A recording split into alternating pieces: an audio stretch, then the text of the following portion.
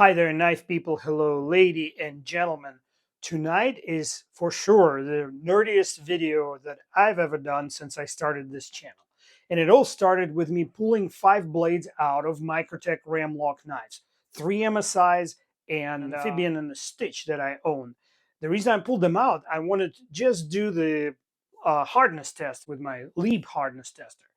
And I was just going to do that, present the numbers, and that was it. But when I took the blades out of the knives, there was a surprise in there. Let's get into it. 5 Microtechs. 3 of them are MSIs, or Microtech standard issue, an Amphibian and a Stitch. And they're arranged here in chronological order, starting with the oldest blade. Birth date for this knife was August 2023. The Stitch and the Amphibian were both made in October of 23.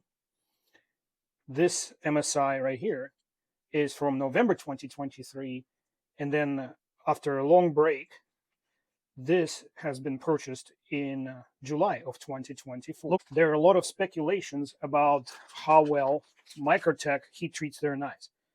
They can definitely make cool knives, and all of these blades use their proprietary steel. M390MK is made by Bohler, and Bohler makes famous M390, but the exact composition and properties of M390MK are an enigma. Dr. Larrin Thomas tried to tackle it in his article, but even he could not clearly define these differences because of the lack of information. I have separated the blades from the handles on all 5 knives and was examining the tang area, that flat area around the pivot, to find good spots to strike it with my Lieb style probe tester. Imagine my incredible surprise and excitement when on the 4 blades that were manufactured in 2023, all 4 of them, I noticed this divot. These look consistent with the marks left behind by a Rockwell hardness tester. And even what's more significant is the Rockwell testing was done after the heat treat and before the final grind, which is the right way to do it. Clearly, the tester divots have no raised edges around them, so the grind was done after the test. The steel is relatively new to Microtech, and so are these Ramlock models, so that explains their interest in testing every single blade. There's always a question of legitimacy associated with YouTube videos, and that's why I'm introducing this stopwatch. I will start the stopwatch when the test starts, and I will not stop it until I finish testing. The continuous sweep of the stopwatch's hand going round and round will represent to you a continuity of my video and prove to you that I'm not actually editing anything in or out. This is the calibration block that came with my tester. It is certified to be at 58.7 HRC. For consistent results, the best area to test on the blade is this flat tang area, ricasso area of the blade. That area exists on basically every blade I've seen to date. And while it appears to be completely flat to a naked eye, I assure you nothing is completely flat due to manufacturing processes. For example, when they grind this flat, they create surface tensions, which after heat treat or during heat treat result in some slight deformations, causing a poor contact between the blade and the test block, which in turn may disrupt the frequency of the probe when it strikes the metal surface. Adding incompressible media that absorbs the air pockets improves the situation quite dramatically. The thin layer of liquid dampens the blade's vibration, allowing the tester to do its job with minimal error. And here's the visual illustration of how much force is generated between the blade and the block by introducing the liquid. So true, the blade is thinner than the manufacturer of the tester recommends, but this methodology reduces the error to negligible, especially considering that most Rockwell testers under $10,000 have accuracy of plus or minus 5 HRC, and so do the certification test blocks. I'm starting the stopwatch so you can see that the next segment is continuous and uninterrupted. There is no editing involved. And the first thing I do, I validate the calibration of my tester. Usually if I find the tester to be within 0.5 HRC from the nominal 58.7, I just continue to the test. I will leave it up to you to add this delta or subtract it from the obtained results. And so I'm getting 58.3 here, which is within my parameters. And I'm starting with the newest blade from a knife that was manufactured in July of 2024. Somebody commented, and yes, I do make absolutely sure that the gel does not end up on the side of the blade where I'm testing.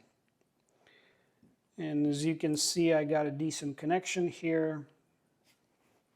So here we go.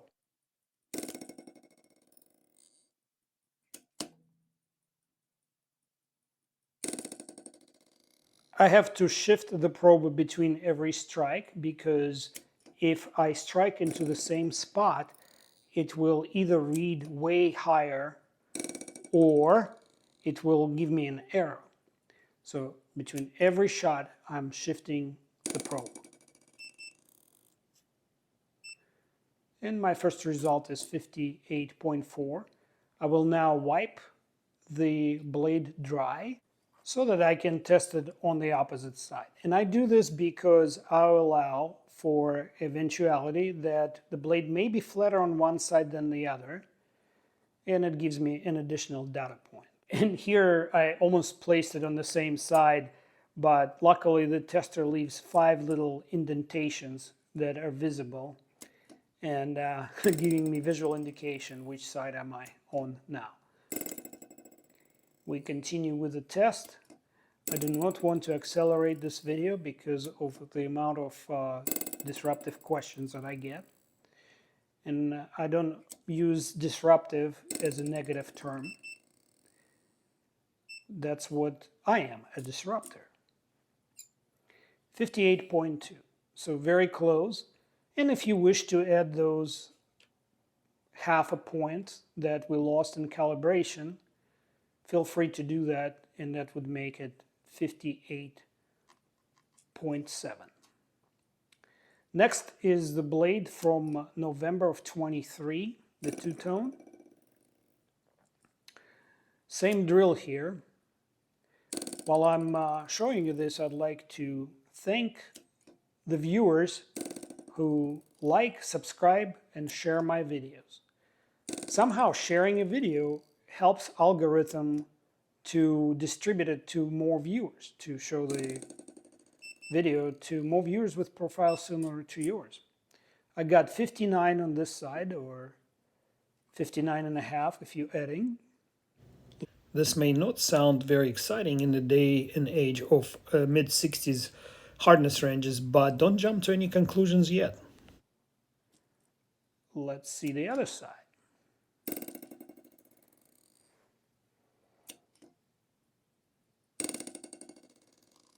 Something interesting is going on after first couple strikes. That is the case where I see a slight difference between the two sides of the blade. I don't know why that is. I would appreciate it if somebody with a knife making experience commented on that topic. So I got a whole point higher here, correct? Compared to the previous blade. Again, please don't agonize over these numbers yet. We'll look at Bohler's tables later. Making sure that there's no oil left from the bearings. This one was oiled a little bit. I have to compliment Microtech for not putting excessive amounts of oil like some other companies do. And, you know, that helps. I don't think there's a need for an oil, especially if you have a multi-row thrust bearing between the blade and the frame or the liner.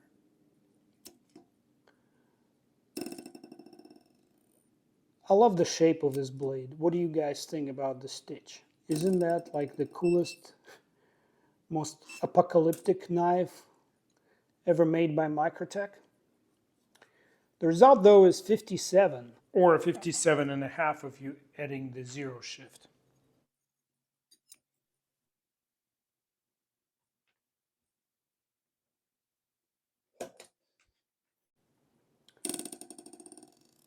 So we're sort of going back in time here with heat treat.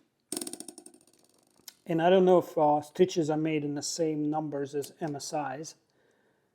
And just because they're more expensive, they probably make a bit fewer of them. And there are not a lot of variations, like you can only get it in 2 different base versions with aluminum. Now, remember, I think they do make them with a G10 scale. 55.9. Wow. This seems a little bit on the low side, and by a little bit, I mean a lot. I'll have to go back and look at the data once the test is done. I will sum up all the results at the end of the video, including averages and zero shift corrections. So stick around and you'll see it. And now we're on the Amphibian, which is like a really cool shaped blade. Now the thumb studs, protrusions, levers, I don't know what to call these things, I'm not crazy about. Although if they just made a hole like on the other knives, it would look too much like a Spyderco, and what would be the point? All right, 57.9, I'm sorry, 56.9, or if you're adding 57.4. Right, not something to get excited about. If you read the article that Dr. Larrin Thomas published regarding the differences between M390 and M390MK, he talks about, first of all, the lack of serious data from the company, or what the differences are. And all they mentioned is there's some change or increase in the carbon content. The way I understand his article, and I'm not a metallurgist, is I think they shifted the allowable envelope carbon content to a higher limit of its tolerance. 57.1, which gives us 57.6. And the last blade to test among Microtech knives is the oldest one, or at least to me, it's an oldest one I purchased in August of 23. Feels like there's not enough gel now, so I'm going to add a little drop here. Now we should be ready to go. Make a good connection. There you go. Okay, bear with me. Yeah, so he could not give a definitive answer as to what the increase in carbon by a small amount will do to edge retention or toughness. But as I'm doing the test here, my wheels are turning and I'm thinking maybe they wanted to have as much toughness as possible. Those are long blades, you know. And what do we get? 58.1 or 58.6 if you're adding the half point. Anyway, if they're doing it for the purpose of sort of maintaining reasonable edge retention while allowing the blade to be tougher at a lower hardness, maybe that's the logic behind it. Carbon is a very hard yet brittle material, so I don't know if there's a lot of wisdom behind their decision.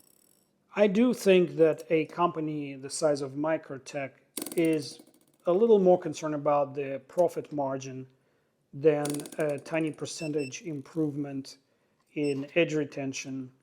So it's just a speculation on my part. Take it at the face value. 58.3 or 58.8 if you're adding the half point. In my last hardness test video, I introduced a second blade or an additional blade of known hardness that consistently came higher than any other blade I have tested, or almost every other blade. And this is Hogue Misto with a MagnaCut blade. And this blade, in several tests, measured between 62.5 and 63.7. So I'm giving it a range of 62.5 to 63.5 to be objective. So I am introducing it here without pausing. And sorry about the taking time to disassemble it. Here you go. So let's see if theory posed by one of my viewers that somehow the calibration fluctuates between the takes. Let's see if that pans out. So I forgot to add gel, so I'm going to restart the test. You could probably hear in the way the blade reacts to the strikes. So I'm adding gel back, and I'm going to start it over. What you saw me do is reset the screen. It doesn't affect the calibration. Yeah, and I always forget to change it back to HRC. Somebody commented that Dr. Larrin Thomas, the inventor of MagnaCut, actually worked closely or consulted Hogue in their heat treat process. And clearly, my test results support this theory. I got 63.6 on this side. I'm flipping it over on the other side now.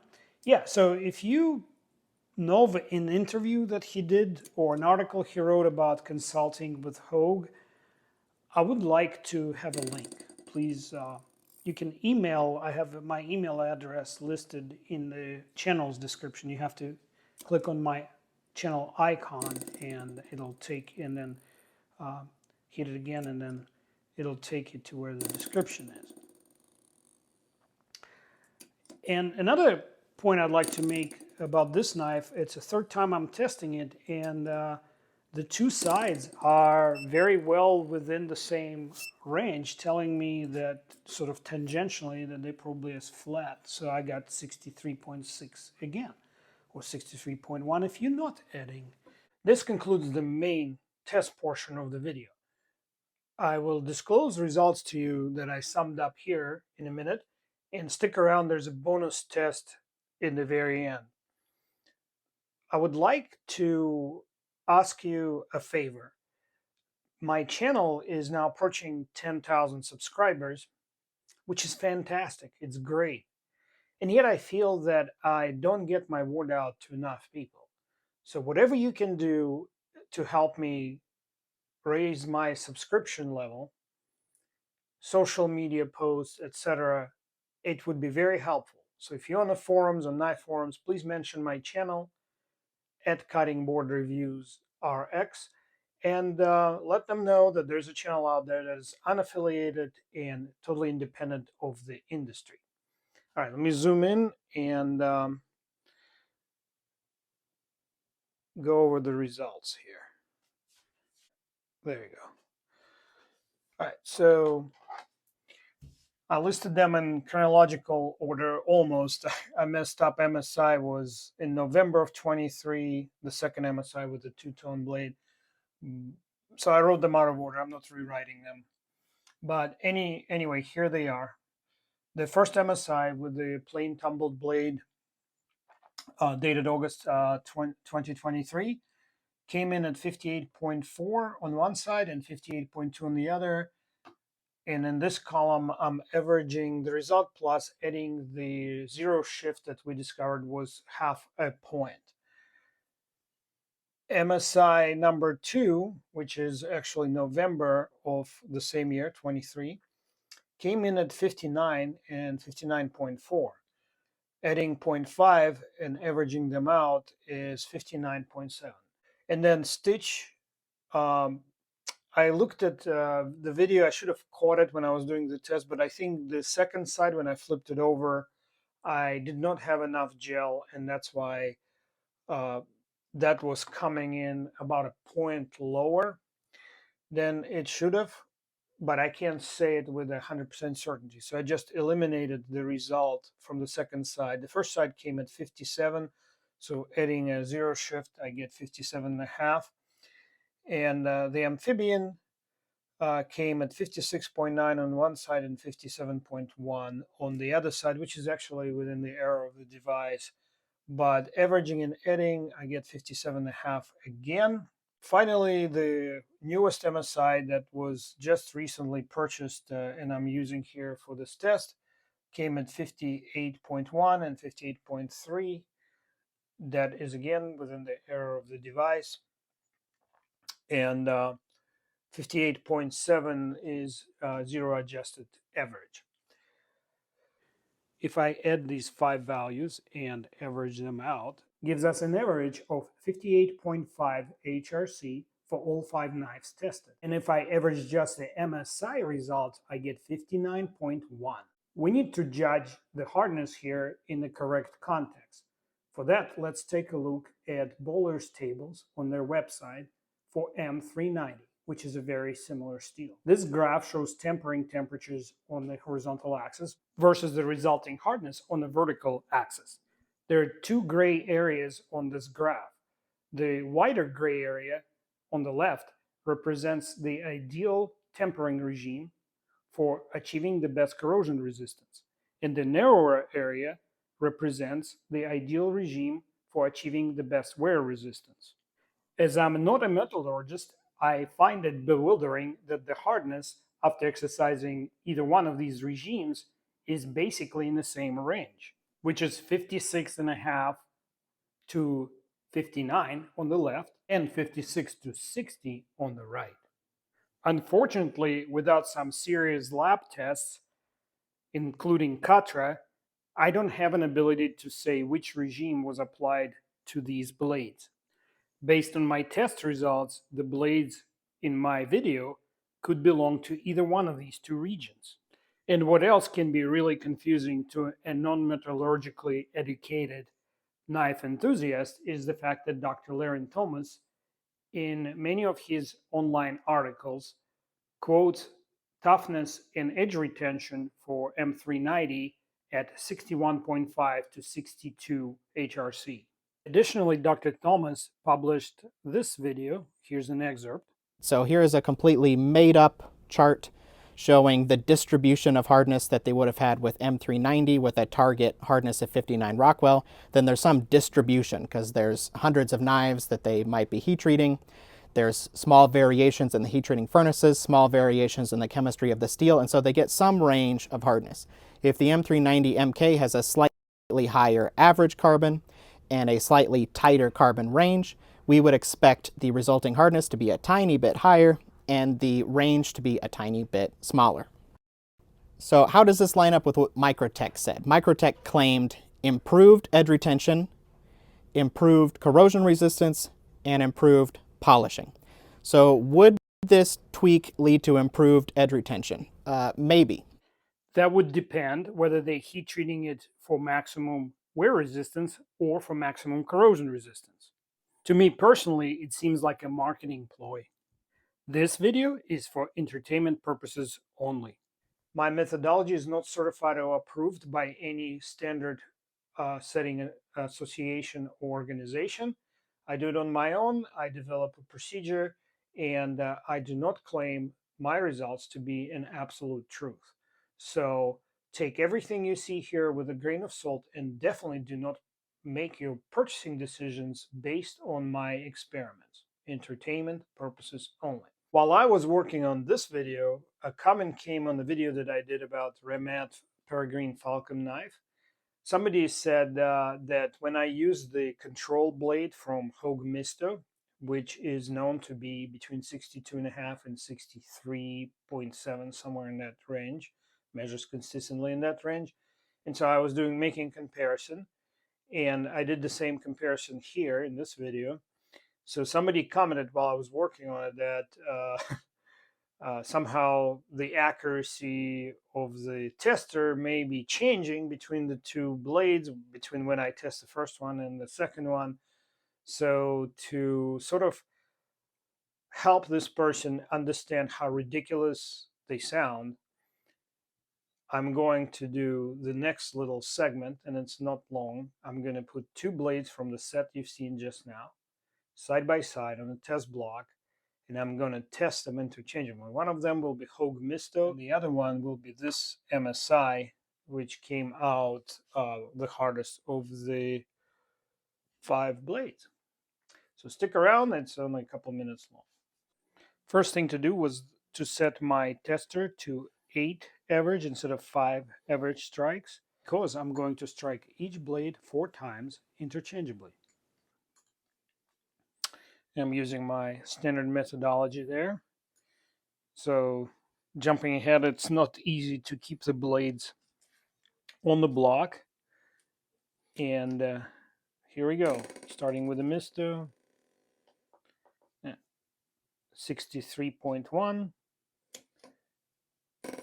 MSI 59.1, Misto 62.2, and the MSI is, what did I get? 59.3 looks like there. Yeah. 62.2 again.